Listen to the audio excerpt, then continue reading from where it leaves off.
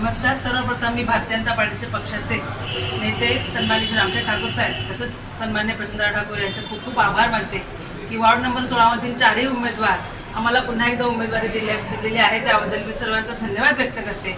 ज्याप्रमाणे मागील 5 वर्षामध्ये आम्ही वॉर्ड नंबर 16 जी काही विकास कामं आम्हाला करता येतील ते आम्ही केली.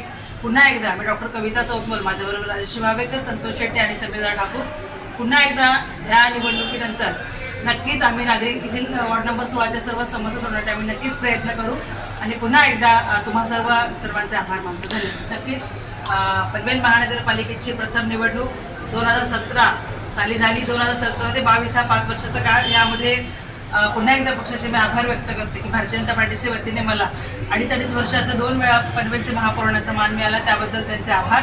आणि या 5 वर्षामध्ये पनवेल महानगरपालिकेमध्ये विविध विकास कामं करण्यासाठी संपूर्ण आमचे नगरसेवक, संपूर्ण टीम असेल, सभागृह नेते असतील, महापौर, सर्व सभापती आणि नगरसेवक आम्ही सर्वांनी या महानगरपालिकेमध्ये काम करत असताना जो भाग सिडकोकडनं हँडओव्हर करण्याचा होता तो आम्ही हँडओव्हर केला. गावठण भागामध्ये विविध रस्ते, पाणी, लाईट, त्याचबरोबर सेवरेज लाईन यांची विकास कामं केली. तुम्ही बघत असाल तर पनवेल महानगरपालिकेमध्ये प्राथमिक आरोग्य केंद्र हे ठिकठिकाणी म्हणजे जवळपास 19-20 आरोग्य केंद्र आपण उभारले. त्याचबरोबर पनवेल महानगरपालिकेमध्ये आपण बघितलं गार्डन हँडओव्हर केल्यानंतर गार्डनमध्ये विकास कामं, व्यायामाचे साहित्य बसवण्याची कामं, खेळणी बसवण्याची कामं आपण केली. रस्त्याचं सुशोभीकरण, त्याचबरोबर रिसर्फिसिंगचं कामही आपल्या इथे झालेलं आहे. तुम्ही बघत असाल तर आमच्या वॉर्ड नंबर 16 मध्ये विशेष करून सेक्टर 11 मध्ये इंटरनॅशनल क्रिकेट अकॅडमीचं जे इमारत उभी राहिलेली आहे आणि विविध विभागातली लोक इथे येऊन आज या क्षेत्रामध्ये त्यांचं नाव नक्कीच कमवतील अशी आम्हाला अपेक्षा आहे.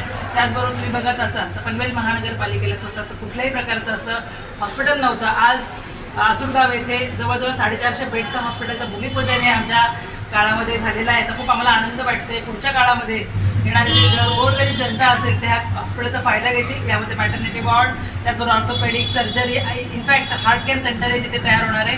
पुनश्च एकदा आम्ही अशा विविध कामासाठी आपल्या सेवेसाठी सज्ज आहोत तेवढंच बोलते.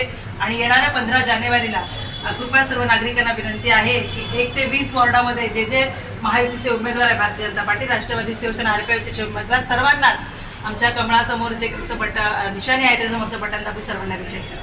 धन्यवाद.